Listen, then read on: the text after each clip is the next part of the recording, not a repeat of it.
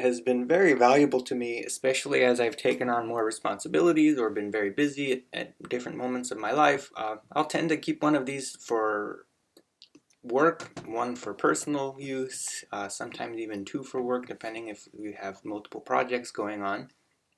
So this is made by Stephen Covey, or introduced by Stephen Covey in his book, 7 Habits of Highly Effective People. And what I like about this is that it's not only a to-do list, but it's prioritized. And it's not only prioritized by importance, like sometimes we'll number 1, 2, 3, 4, 5, it's also by time. And so the way we look at the setup here, we can see that on the top, the box 1 and box 2 both say important. And so the top has to do with importance, the top 2 boxes. And when you look at the difference, you could see the first one says important, the second one says important, but what's different is when it's due. So this one's due sooner, the other one's not due as soon. So both of them are where we will put important things, like projects and tests or things that are a big priority. However, one is coming up real soon, so we should focus on that first. The other one will be coming up later, so we have more time. So it really creates a focus on the first box. When we look at the other difference, we're looking at here time. So this says due soon and this says due soon. So these 2 boxes are having to do with the priority of something that's coming up soon. So something might be coming up soon that's important versus something that's not that important. So looking at the 4th box, we have something that's not that important and not really due that soon. So in business, they'll say delegate it to someone else, or it's almost like a wish list for me. Sometimes you want to clean your closet, you want to do something that's really not immediate or a rush. Maybe you want to organize your spices in your cooking rack. Maybe you want to have something like an extra study session or something you're planning that's really not a priority when it comes down to crunch time and you have to choose from all the many things you have to do, you have to choose 1 or 2. So let's get some examples. Something important, might be a test on Wednesday. I don't know, let's say math test on Wednesday.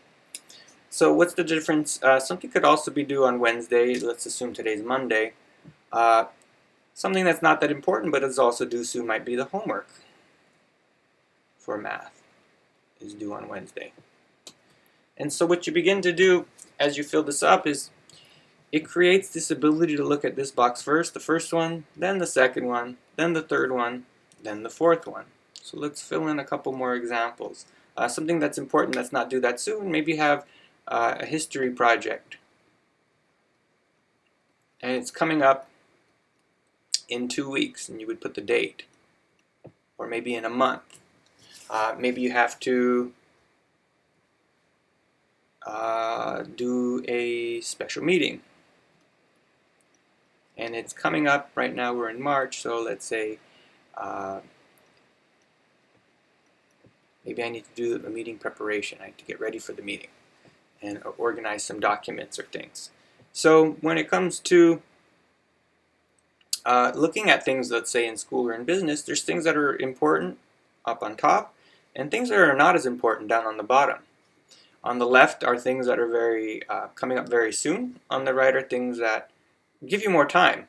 So it really begins to help you to, when you're really stressed, not have to worry about what should I do next. And you basically want to keep working on this one and getting to it as much as possible. If you have time, you get ready for these ones when you have free time. But of course, as we look at the due dates, we want to make sure we get the small things done. Really, ideally, in theory, you want to get everything done. That's the whole goal.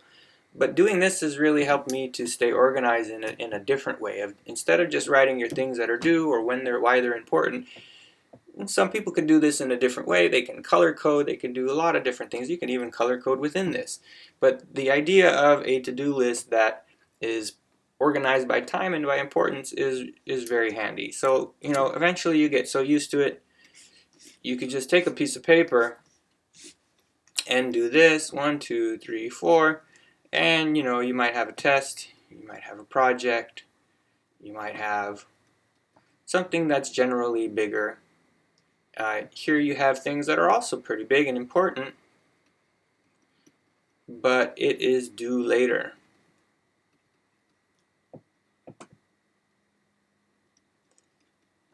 Here you might have little things like a homework assignment, a chore, things that you have to get done, that there is pressure. I mean, as you're an adult, your chores sometimes are negotiable. You don't have to do them necessarily on a certain day.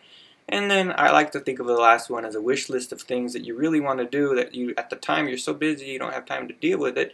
But if you don't write it down, you're going to forget. So really helps me to get a lot more done, stay a lot more organized, and kind of focus my thoughts without the energy it normally takes, the frustration that we go through when we're very busy.